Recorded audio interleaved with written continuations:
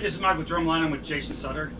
How's it going? Playing with Marilyn Manson tonight, and I have not seen Marilyn Manson Well, look before. out. You're in for a treat. See, I just saw you sound check. Yeah, cool, man. It was intense in itself. Yeah, everything around here is pretty intense, that's for sure. And there like any gig I've ever done, yeah, for sure.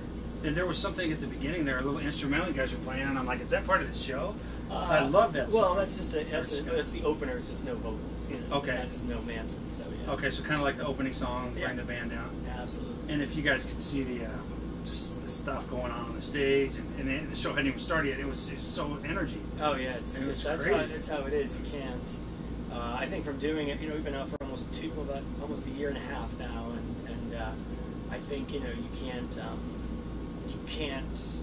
There's no way to half-ass it. It's just full on. You know what I mean? Even in sound check or rehearsal or anything, it's full on, because when the show starts, it's just it's just keep your head down and hold on for dear life, pretty much. You know. So yeah, it's pretty intense. Now it might be a little dark back here. We're on your tour bus, and it's just pretty dark on the stage.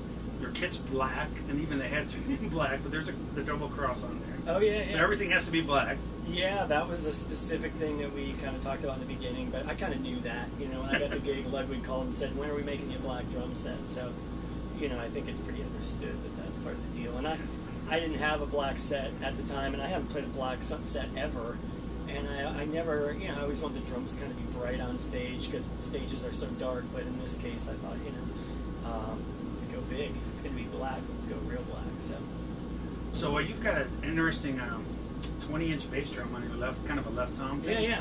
And that was really cool to see. Yeah, well, as you saw in that one song, and in a lot of songs you'll see, it's basically there's a lot of tribal stuff, and some drummers like Jimmy Chamberlain of the Smashing Pumpkins will have like a big tom over here that he uses for tribal stuff, but I figured, down here, I was in Don Bennett's shop in Seattle, and he had one of Simon Kirk's old Bad Company sets from like '72, and it had this 1820 a la Bonham floor toms, and I thought, man, that looks so sexy.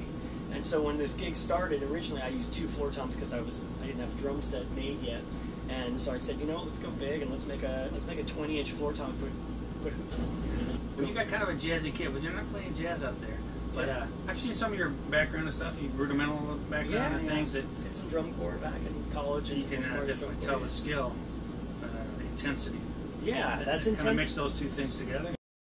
That was an intense world too. That was kind of something. I never had drumline or marching band in high school. I grew up in upstate New York, and we didn't really have that at all. So it was something I was always drawn to, but I didn't know what it was, and so I got really into it when I went to North Texas, and that was all about drumline, drum corps. So. Yeah, well, you got drumline now because you're on it. You're on drumline.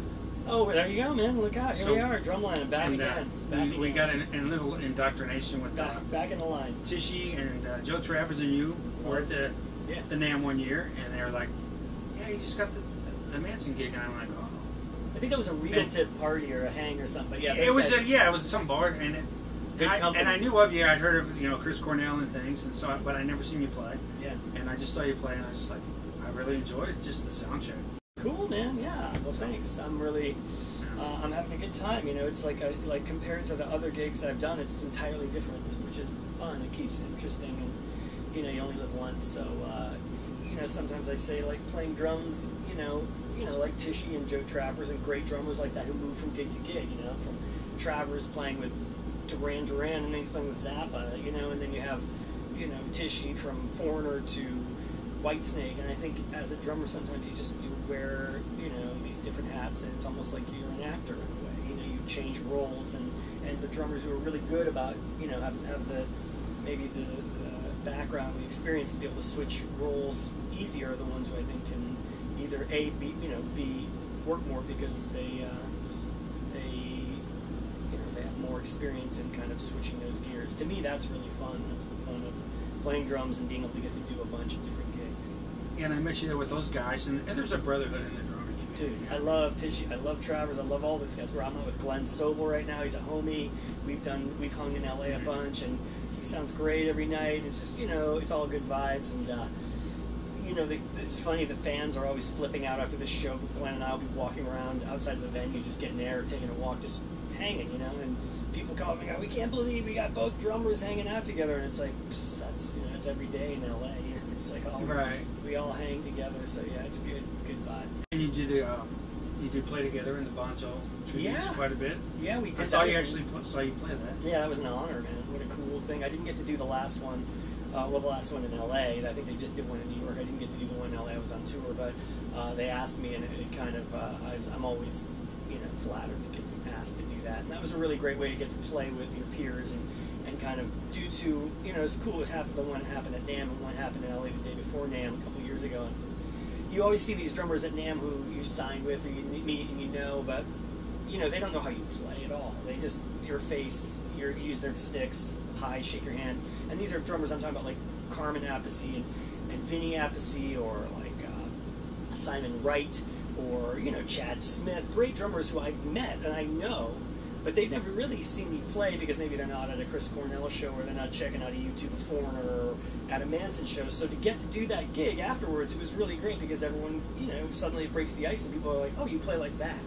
And that was really cool. I had a bunch of guys come up to me afterwards and say, you know, or the whole NAMM thing, it was cool to have guys come up and go, dude, I loved your performance at the end. It was like such a cool thing because so often at NAMM, you're detached from actual music making. It's more about gear and schmoozing. And so the fun thing is to have that first Thursday, you come out with a bang and it was packed. And then, you know, it kind of set the stage for, yeah, this is about music, you know, and that was really cool and made that NAMM extra special. And now I feel like when I see these other drummers, they know where I'm coming from a little bit. You know? Yeah, Joe said the same thing, that, you know, I hadn't heard his name, but when I saw him at that, absolutely, I really got familiar, and then I could see him at the play with the Zappa thing. It's just such a cool thing. Yeah. What an education I've had to see you guys, you know, in that situation, and then come on, see you play. Yeah, all these different styles. Again, it's like I said, it's like acting. You're taking on a role of Bonzo, Bonham, and you're trying to, like, you know, get into his head. And I just, you know, I really got in deep, you know, when I was listening to that. And of course, we all love Bonham and we're influenced by him. But to do that, where you're going to get up in front of all these people, you really, you know, it was interesting to see different people really get into the spirit of it. So. I know Joe was like from Berkeley or something, and your education was similar. I went to the University of North Texas for music education and graduated, and then I went to the University of Miami for grad school and actually orchestral performance. So so you played orchestras, timpanis and a lot of timpani. Marimba. Timpani. Well, you're a very musical player, and I think that must carry over. Well, thanks, man. I mean, I hope so. You know, I spent 8 years in college, so, you know, hopefully. Do you teach when you have you know, I don't really teach that much. I did teach a little bit before this first kind of this big push of touring that I've been doing for about the last maybe 9-10 years. I was teaching a lot when I first moved to LA because everyone said, don't leave LA. You should stay in LA and really get established. I just moved there. And so I tried to teach. I was teaching at the LA Music Academy with Ralph Humphrey and Joe Porcaro in Pasadena, which was an honor and cool, but I was kind of a little preoccupied. I had my eye on playing more, and so I just did it for a little bit. But that was cool to do, and then I taught privately, and I had a really good studio happening, a bunch of kids, and I got my first kind of good push gig with this band, American Hi-Fi, in like 2004. And I just had to leave all these kids, you know? I had to leave all these kids behind. I actually gave them to my buddy Steve Krugman, who actually is from St. Louis, a great drummer, went to North Texas with me. We share a rehearsal studio. I think he still teaches half those kids, and that was forever ago. But so basically, it's tough teaching, you know. Occasionally I'll do clinics or little master classes at MI, Musicians Institute, and that's a way to give back and, you know, hang. So, but otherwise it's hard to do that, you know. Well, I think Glenn still does that. Oh yeah, he does. A lot of guys. It's such a great program and great school, and it's getting better and better, and it's cooler and cooler. But it's hard to kind of get a bunch of teaching, you know, students, because then you just leave, and it's kind of like kind of a bummer. You know? Yeah, but you guys are learning stuff from each other on the road, and then those kids learn a bit from you. Oh, I mean, they learn a ton. I mean, I go drive over and see clinics when I can, and you know, at North Texas, I had a bunch of some of the best clinics were the guys who were out doing it, and not the guys who came in and talked about a drum solo or just, you know, played to his tracks. Guys who were out, you know, doing gig after gig after gig. Those are the guys that I really listened to and learned a lot from, because I knew that was probably what I was going to be doing, you know. So it's cool to be able to go back and tell these kids, help maybe, if anything, shave off a few years of their learning curve for what they're about to be in store for. Well, I got one more question for you. Some music anecdote time. Yeah. I read this online that when you were kind of prepared for the Manson audition, but you weren't totally expecting it, and you were actually painting a picture. I was, yeah. At the time of who? It's a crazy story, but I was through a series of events. I collect art and a lot of Warhol, and my dad's a sculptor, so I grew up in that community. And at a dinner with an art dealer, I bought a few pieces, a few Warhols off of. I ended up meeting this guy Louis Walden, who was one of Warhol's like all-stars back in the '60s. He was an actor that Warhol kind of plucked from the stage to be in his movies, And basically, if you were part of the factory, you would kind of basically assist Andy Warhol. You'd be painting, and he'd have an idea. You'd have 10 guys working on pieces that he would kind of dictate.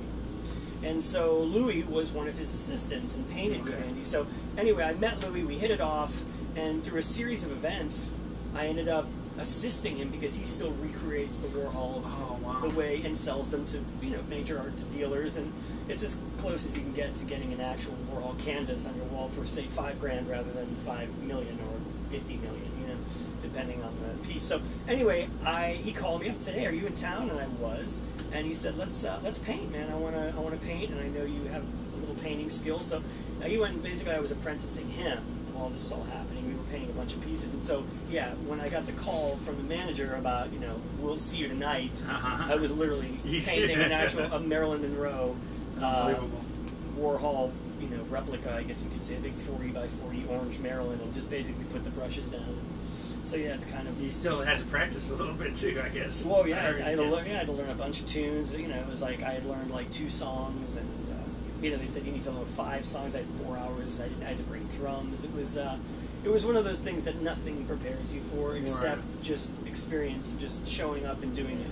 Yeah, you could have just played what you played at soundcheck, and that would have been good enough. Well, I would have been great, but and then you're. But you just don't know. You don't know. When you're going in there, you go in there, and you're in a confined environment. I was playing with an iPod, which I'd never done, where I had the music. I was playing onto the record, and they were pumping that music through the house, and so the drums were mic'd, so they were hearing the whole record and me mixed up, so the drums were on top of the mix. So, and then it was like Manson and Twiggy and Fred, this band, and Tony, the manager, and that was it, sitting on a couch. So it's that can be very intimidating to a lot of people, especially if it was one of your, if you hadn't maybe had your feet wet before. It was one where everything happened so quick. I didn't realize there was no chance to get nervous, and I just played my ass off, which I always try to do, and it worked out. Here we are, a year and a half later. So wow, yeah, they got the right drummer after that. Just what I saw, amazing. Oh, great! Loved it. Thanks So it's gonna be a lot of fun to see it. Yeah, I look forward to you checking it out.